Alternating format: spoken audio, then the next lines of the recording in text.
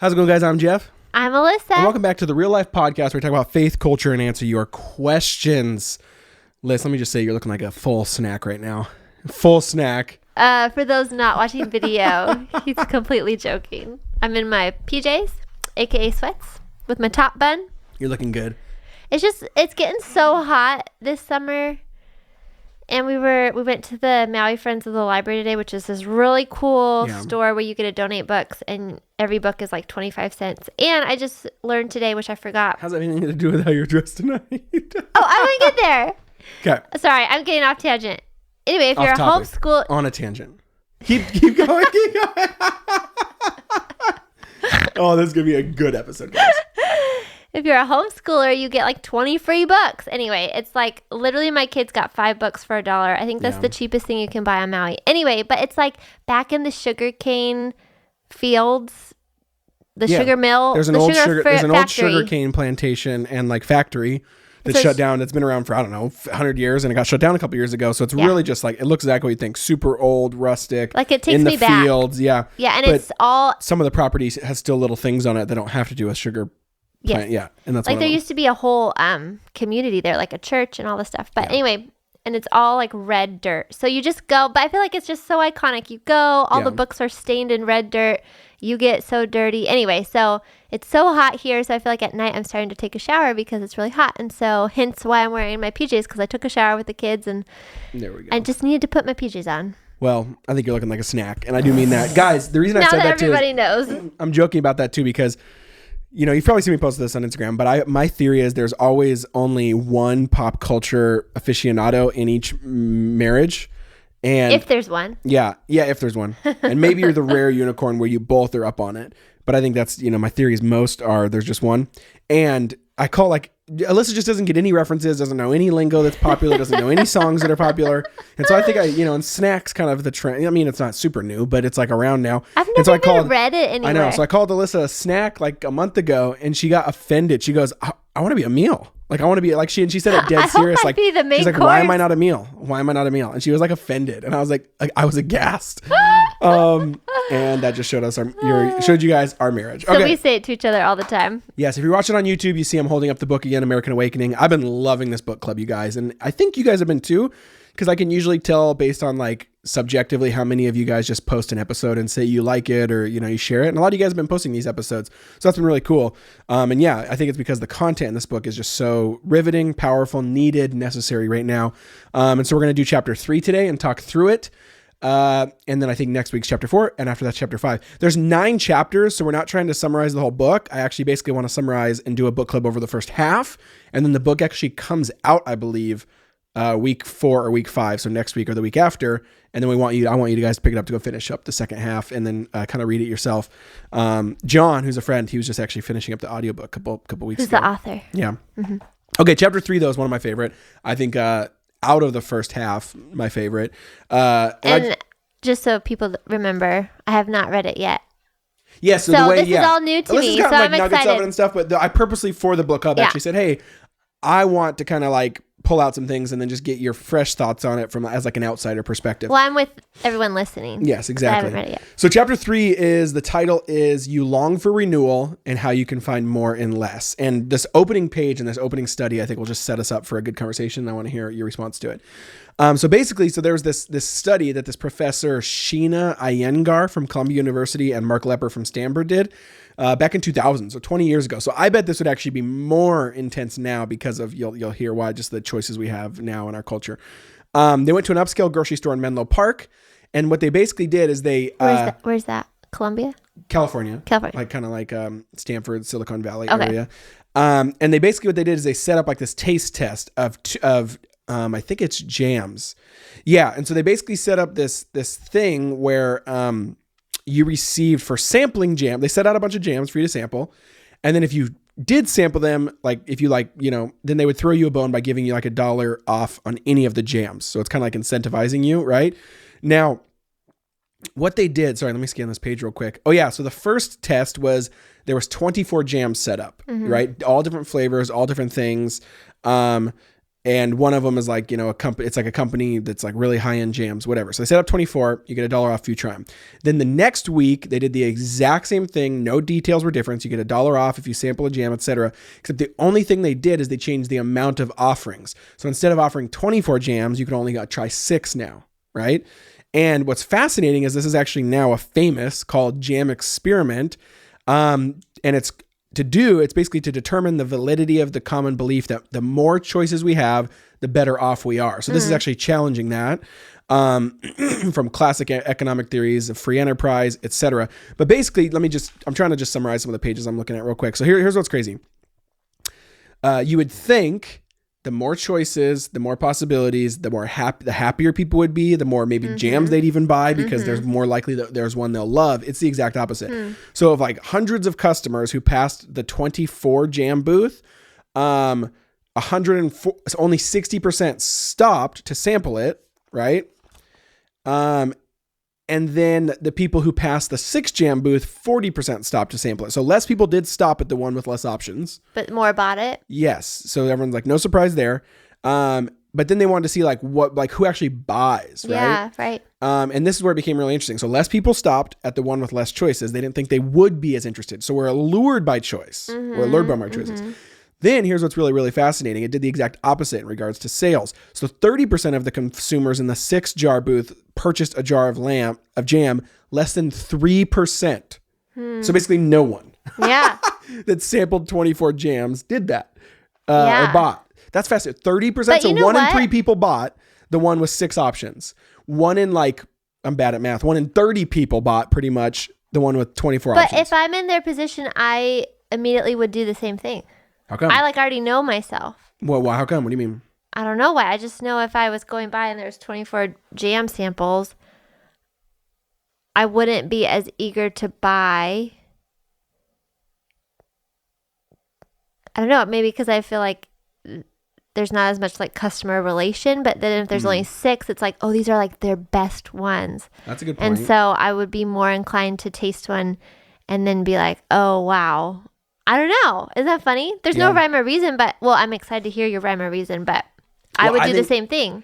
I think that's totally true. The 24 would kind of overwhelm me and not really entice me. It wouldn't be very special, I feel like. Well, what the research has kind of shown, because this was a famous jam experiment that's simple and kind of trivial, but what it did is it set off there's something here. We need to research it more. So there's been tons more studies, tons more ways, tons more people, et cetera. And it's basically, and to really dive into this kind of genre of research about the paradox of choice. And what a lot of them have shown is, one, what you just said, you just used the word overwhelm. So the human capacity really only has a certain capacity to choose wisely. At a certain level, it becomes tiring and overwhelming. Yeah, right? Totally. And then on top of that, there's something about the more choices, and then what the research has found in some other regards, see if I can explain this right, is that the more choices you have, it weirdly starts creating in your mind the belief that there's just something else a little bit more perfect out there. Yes. Does that make sense? Yes, I agree with when that. less options doesn't do that. So the more options you have, you go, oh, there is it's kind of it almost I don't even know how it's a paradox, but you start to be the more, what's the word I'm looking for? Opened you are to more new possibilities, the more you believe there's new possibilities, right? So it's kind of and so there's kind of a weird, which is why, by the way, it's no coincidence that some of the richest people in the world are the most depressed, commit suicide at the highest rate, some of the loneliest, et cetera, because, right, not all rich people at all, but there's something about the choices that money allows you to have that paradoxically actually puts you in this ridiculous impossibility of that spinning wheel of the hamster. Yeah. Of, I just can't get enough, or there's got to be something else or something a little bit more perfect or whatever, right? Yeah. And I think it's because when there's less choices, you're not, here's another way to put it. When there's less choices, you're not thinking that the thing is going to be perfect. You're thinking the thing is just going to be good enough, or you'll be content. When there's more choices, there's more pressure on it to be better than the rest, aka perfect. I think we're pursuing if there's more perfection. Choices, you want the best one. To the point where I think it actually reaches a threshold of it better be holy and perfect. But if there's only a few, then you're like, oh, this is the best of what I have. Exactly. Yeah. I'm just thinking shopping. What are you thinking? I was thinking spirituality. But I was thinking shopping. Yes. But I think you're right. It's true on all of them. And I think this undercuts this chapter, and he goes into a lot more awesome stuff too. And I'll read another part in a sec. I think this is an undercurrent of spiritual contentment that is antithetical to the American gospel, the American good news. The American good news from the 1700s on is you have no limits, or trying to get to a place where you're limitless and you have the ability to choose anything you want, however you want, when you want, will bring you the most happiness and freedom. That is a lie. Yes, that is a lie. That is not biblical, and that is one of the strongest antithetical ethoses running in the American narrative that is opposite of the biblical narrative. That, by the way, is not just like culture, like Republican, conservative. There's anyone who's like Western entrenched believes that, unless they have counterformed themselves in the gospel. So what's the truth? That's what's all over. That's what's thick all over the New Testament is contentment, right?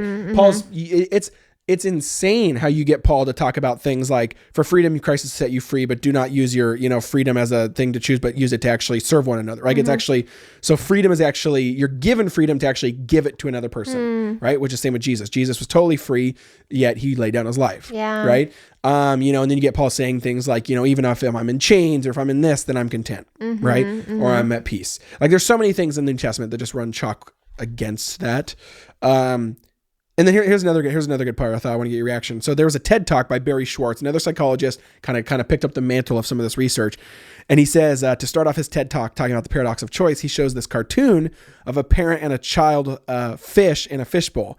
And the parent fish is telling the child, you can be anything you want. There's no limits, right? Which I think I've seen that. Yeah, the classic thing we tell our kids, right? But we know, looking at that cartoon, that's absurd. Why? Because the kid cannot be anything. He's in a fishbowl. He's a fish. Like he's a fish. He cannot be anything he wants, and he's constrained within the glass. If he goes outside the glass, he dies. Like that's just clear, right? He can be anything he wants at some level, within context, within boundaries. That's a big difference. Yeah, that's right? a good one. And so he says, he asked the audience to consider the obvious questions raised by the fishbowl scenario. To free up that child is to truly let it be all it wants to be. Is the parent then supposed to liberate it from the fishbowl? Is the parent supposed to shatter the glass? In that case, the little fish would no longer have constraints, but then there's more serious problems like the fact that the fish can't breathe, right? The truth of the matter is, if you shatter the fishbowl so that everything is possible for that fish, you actually don't have freedom. You increase paralysis and you decrease satisfaction.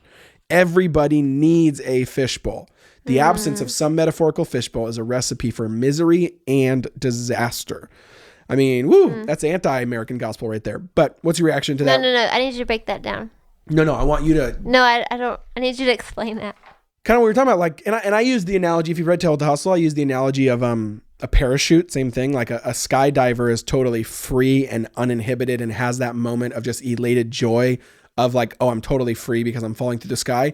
When it knows that they're wearing a parachute. Yeah. Right. If they didn't have the restraint of the parachute, the catch of the parachute, then they would die.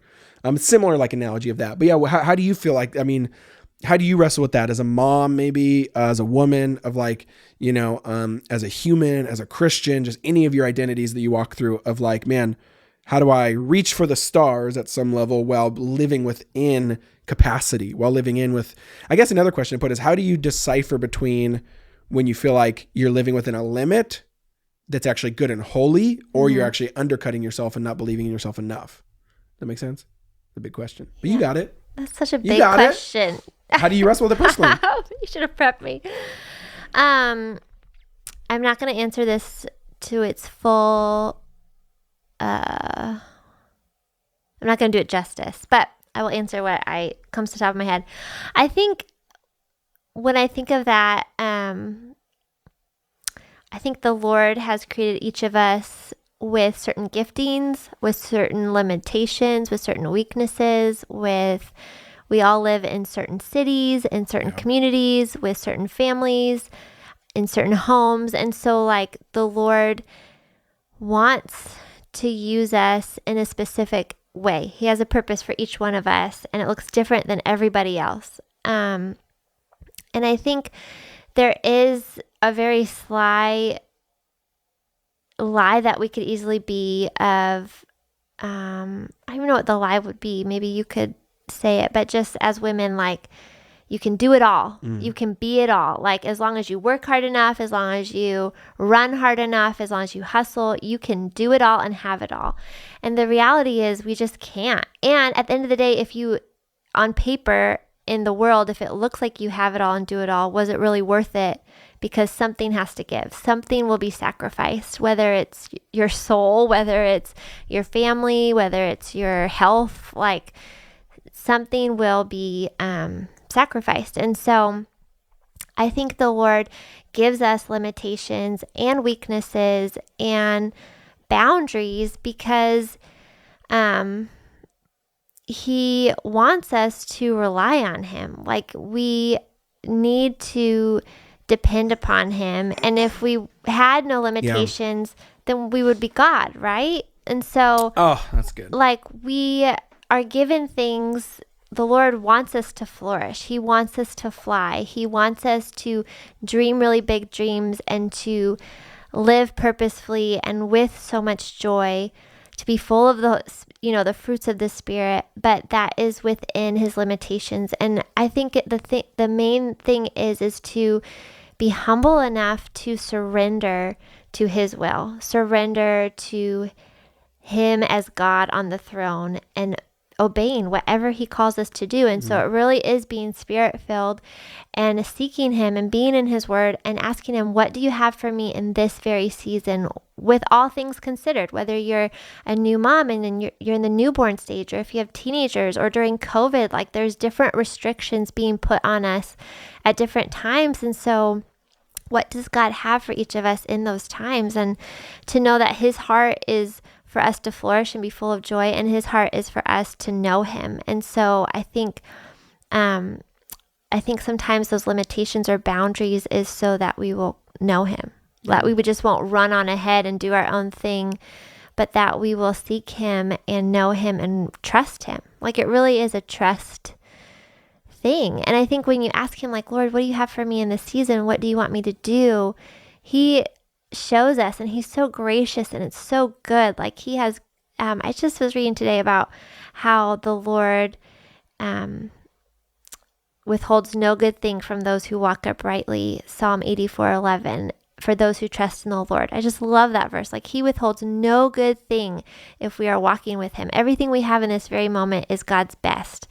Even if it's a really hard thing, knowing that God will redeem it and He's going to use it to grow and sanctify us. And so, yeah, I got a little, there's one more thing I wanted to add, but, and I did hear this one time from a mentor that I really liked, and she just said, you can have it all, but not all at once.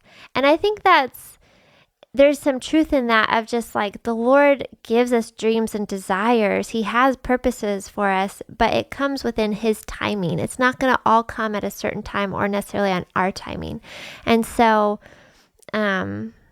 I think to answer your question, that's what I would say. Super good. And you said you had nothing. That was like the best answer ever. I think I could probably add more if I could really like dig deep and think harder. I love that. I think I was going to say, and a couple of things I would add is, even when you're talking about, the lie that sometimes, I do think it's more popular it's more pressing on women right now of the, like, you can kind of do it all. That's a proliferation. But you should do it all. You should have no boundaries to pursue your dreams or no hindrances or something, or yeah.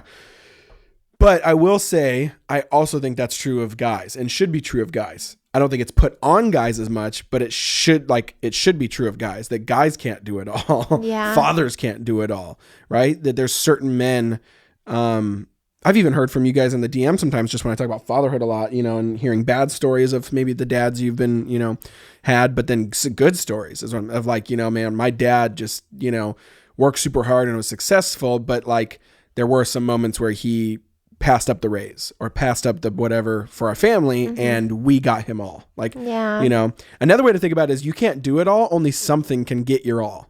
Does that make sense? Yeah. At a season. Yeah. And I do think that is fine. Like, it's okay for that to be work. I actually think at a time, vocationally, that's appropriate. I think as long as you're going on a mission as a team, etc. But I do think that needs to be the family very significantly. And a lot of us, it's never the family, that our family gets our all, or our best is another way to put it. Right. because we're trying to kind of do it all. And what that usually means is just, everything's getting half-assed, for lack of a better term. I don't know a better term than that, so sorry. Well, I think there's a lot more fear, too, when you think of the pressure on you. Yeah. Like, oh, I have to work because I have to provide for my family. And so I'm going to give my all to my work in order. And like you said, there's times to like go hard and work hard. And but I think there's more fear sometimes when we think of that than, does that make sense? Yeah. Yeah. And then before we wrap up here in a sec, one other thing I'll say too is I loved the point you were making too about all the stuff you're saying. And then that question I asked and you were starting to answer too is that it is a tough question though, of how do you know when it's, okay, the Lord does want me to accept these limitations. The Lord does want me to be content, or the Lord, for lack of a better term, is kind of pulling me out of these limitations. He's giving me new possibilities, new horizons. That's a very difficult question. Only the Spirit can answer that. One helpful framework, I would say, is you have to look and be sensitive and self-aware to your own flourishing, right? If there's certain limitations that your husband's putting on you, your family's putting on you, maybe your wife's putting on you, whatever, your kid, your parents, whatever, someone's putting on you, and you feel like it's significantly corrosive to you, like it's dampening you, it's you're not living, you're not full, you're not whole. Now, I don't mean the world's version of like you're just proliferated and be your best self. I don't mean that. You have to be Spirit led in this, but I think the framework when you are of like, man, this is just kind of actually putting my light under a bushel. Yeah, then I think that's when it's not the good one. Yeah. But we know we have self-affirmed and had moments, hopefully all of us, where we accept the limitations, we accept the difficulty, we go more into obscurity, we step out of the spotlight, whatever it is, against the world's narrative, and there's a difficulty of it in the sense of like our flesh is dying and that hurts. But there's a like, oh my goodness, I come alive, or oh my goodness, this feels so real or anchored or truly human. I feel truly human stepping into this limitation.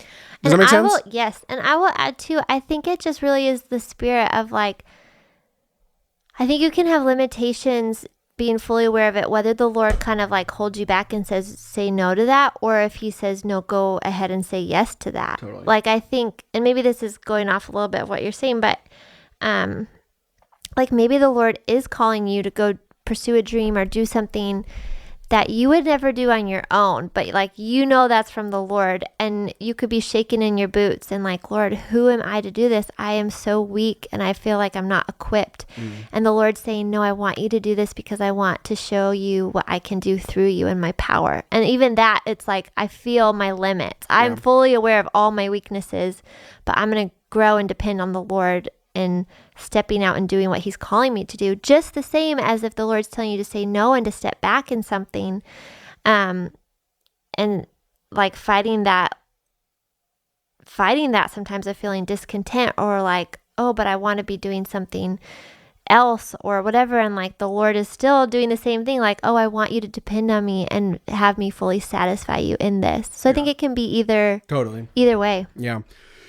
All right, guys, that's all we got for today. But, oh, you know what? I forgot to do this at the beginning. And hopefully we can end with this too. I just want to say thank you guys. Thank you guys it's been so fun. And you guys have blown us away with your response to the Yippee show. Blown us all away. I know, Hamilton's totally stuck in our head. So I just want to say thank you. Thank you. You guys have blown us away. I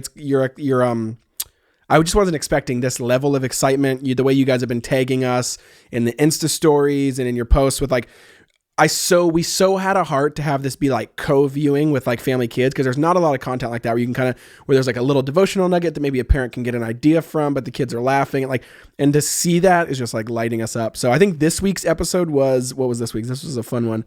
Oh, this was like the waves of grace, where I lost the GoPro and I talk about the illustration of like, grace and sin is kind of like riding a surfboard and riding a wave, where even when you fall down, there's always another one coming, and God's love always wins. You don't exhaust the waves. And so that was super fun. But yes, we love that episode. And by the way, the promo's still going on too, so it's totally free to check out for a week. Completely free. It's not hard to dig around and figure out that no one's trying to have a gotcha. Yippie's awesome and killer and great. And so yippee.tv, check them out. And then, but to get it, use the code BethKey, and that'll give you a free week and 25% off for your first 3 months. Use that code, just our last name, Beth Key. And then it's like $5 a month. And it's cool too, because a lot of you guys didn't know about Yippee. And so it's fun seeing people watch it and be like, oh, this is a really cool platform just in general, not because of the Beth Key shows. So the other shows are awesome too. So check it out, yippee.tv or jeffandalissa.com/yippee, YIPPEE, if you want to check out some more details on our show. Man, fun, American Awakening, number 3. We love you guys. We'll be back next week.